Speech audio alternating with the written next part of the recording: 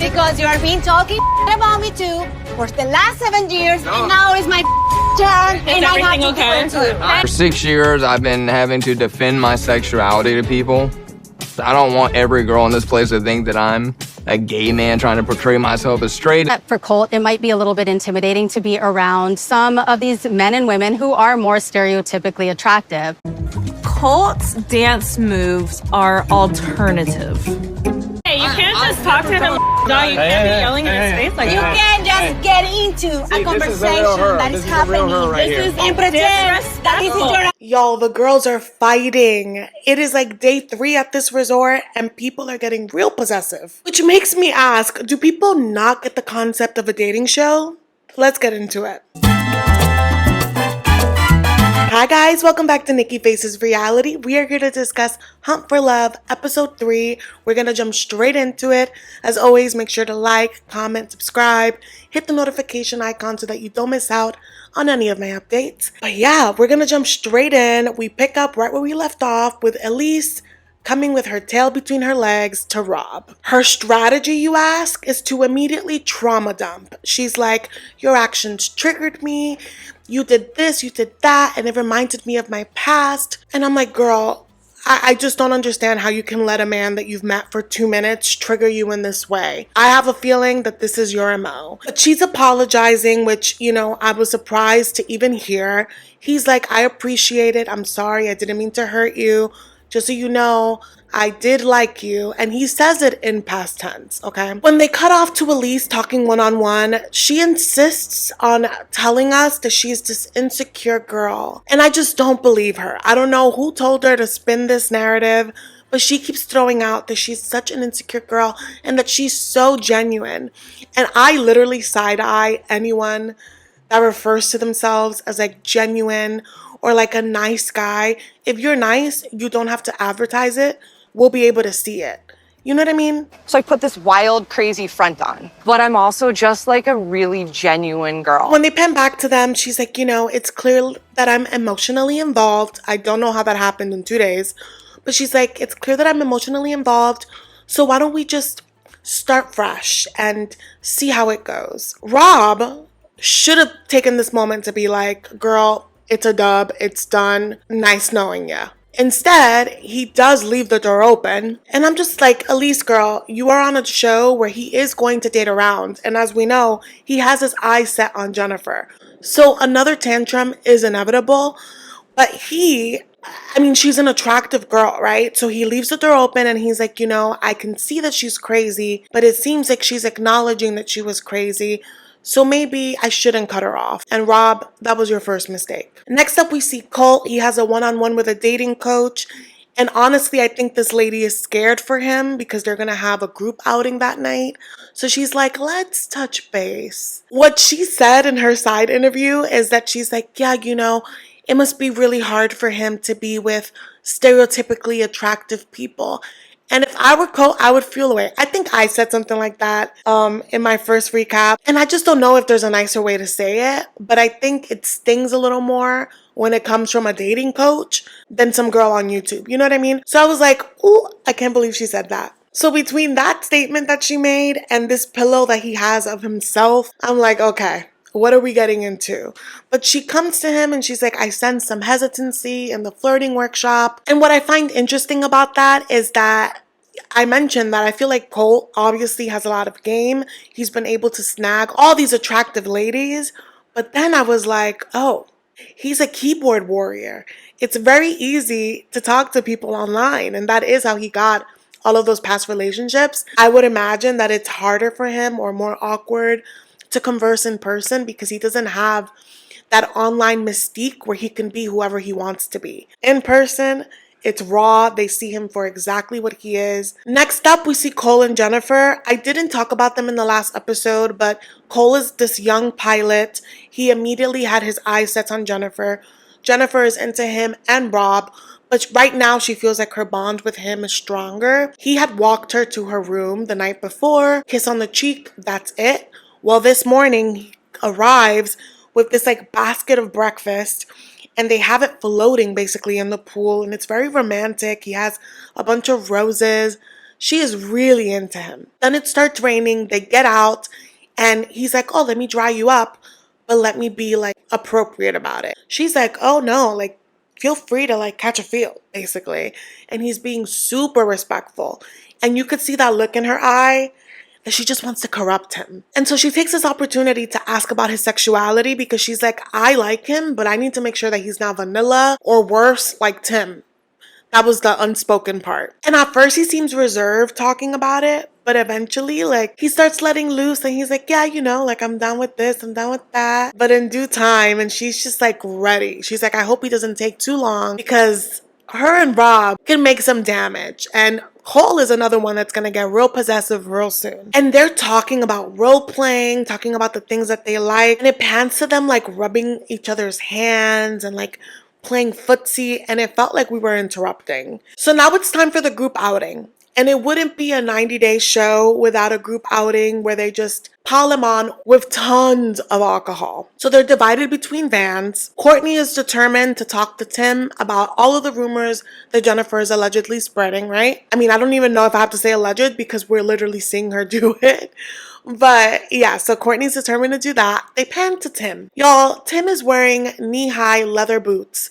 It is Tulum.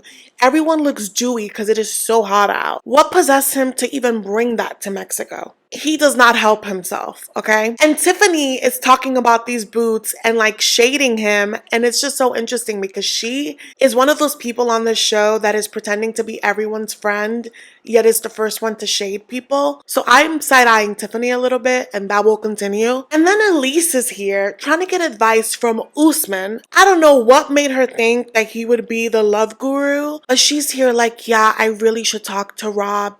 And I'm like, you've already talked. Let it go, Elsa. I just can't imagine being this possessive about someone that I met 2 days ago. My friends would be like, you need to stop. But Usman is egging her on and she's egging him on. She's like, okay, I'm going to talk to Rob. You talk to Cortney. And that's what we're going to do. And I'm like, y'all need to let these people breathe. But then the attention goes back to Tim and everyone is like, oh my God, Tim, how was it being in the hot tub with Jennifer?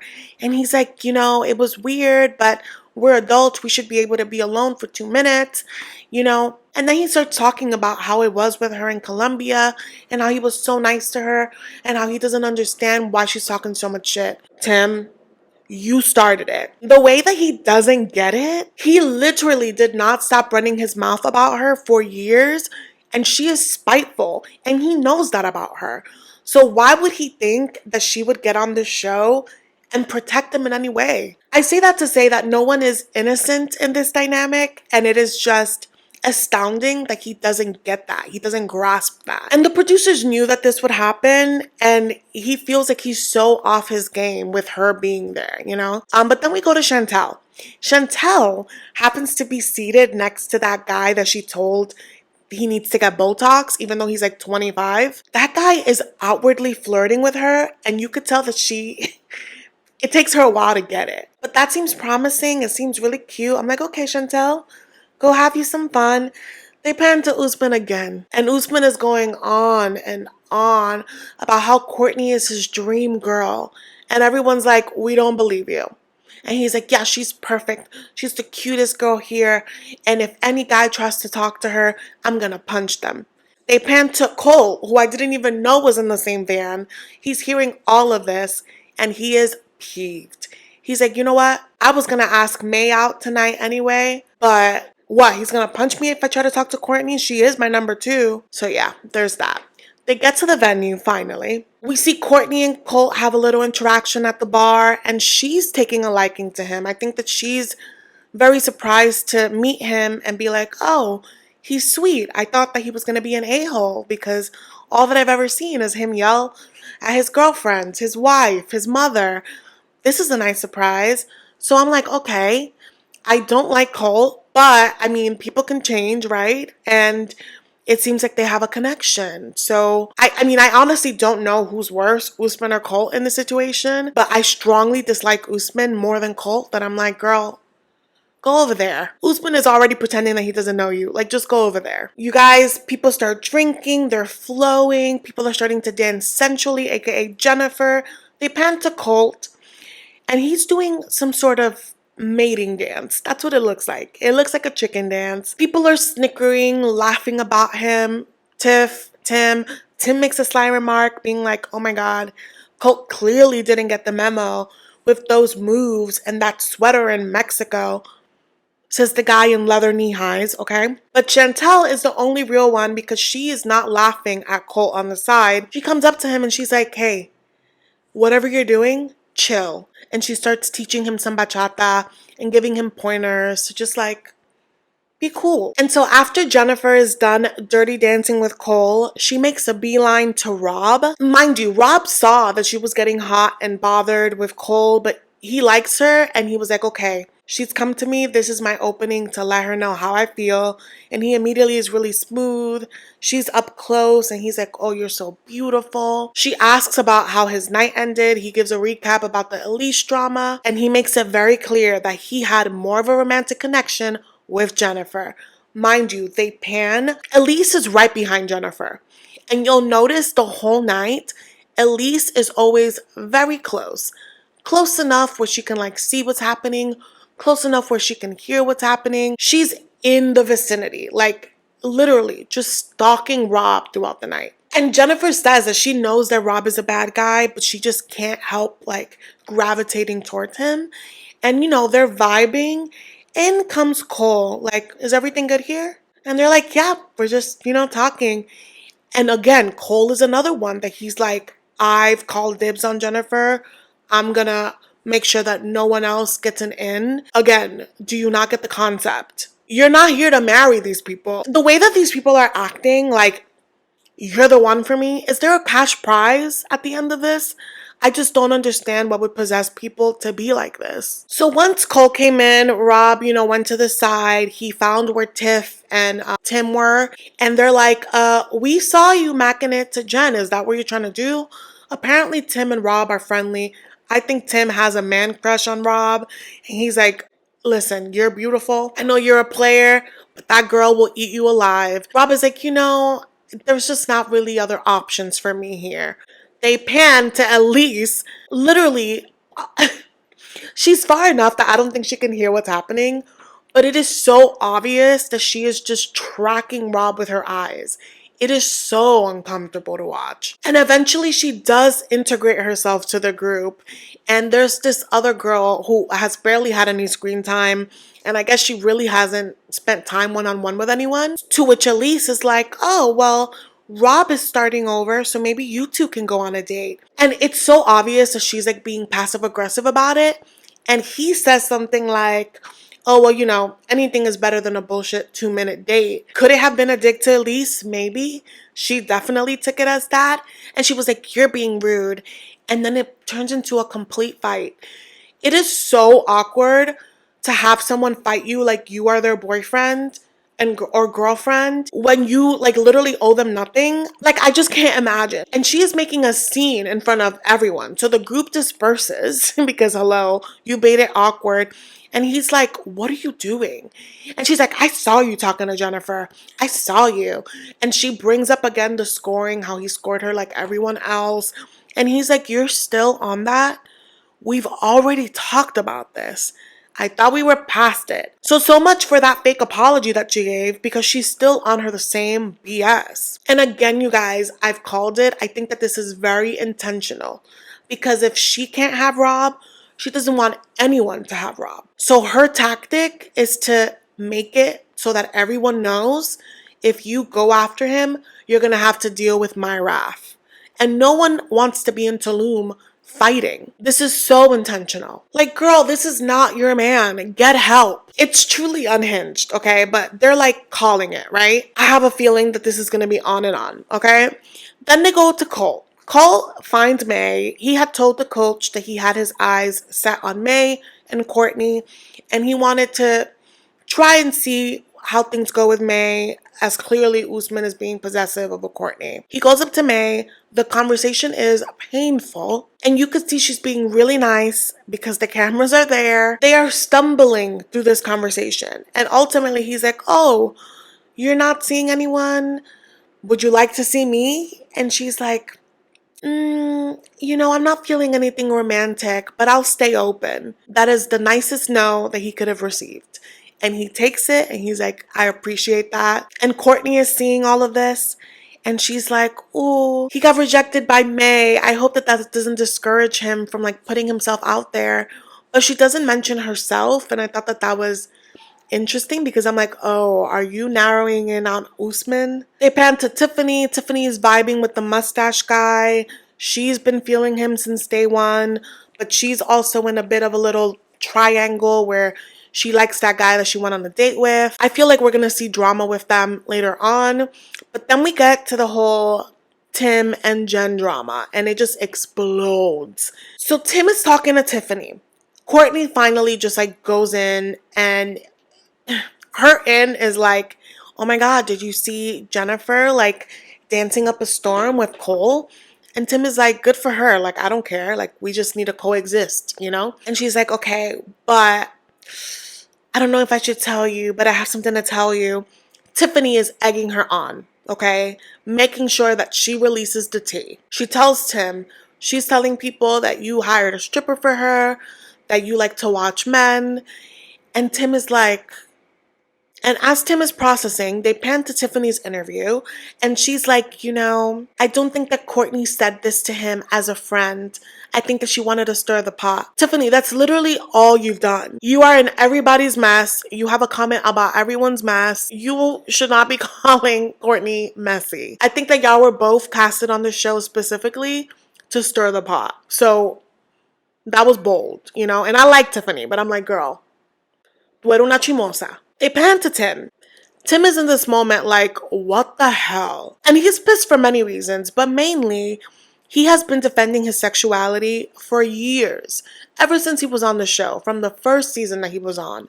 People have questioned him, and he feels secure in his sexuality, but I feel like when a million people are telling you that you're lying, that you're this, that you're that, it does take a toll on you.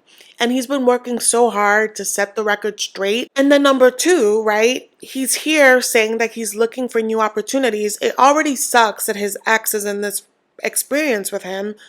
But this is his biggest fear, that she would sabotage his chances. And that's exactly what's happening. So he goes straight to Jennifer. And of course, she's being like, oh, why do you want to talk to me? Like that attitude.